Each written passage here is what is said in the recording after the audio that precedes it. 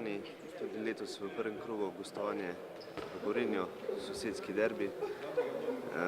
Seveda z naše strani pričakujemo zmago, kajti vselej smo šli v Velenju na zmago, tako tudi letos. Res je, da je ekipa precej spremenjena napram lanski, ampak po drugi strani je tako tudi pri njih, zamenjali so nekaj igralcev.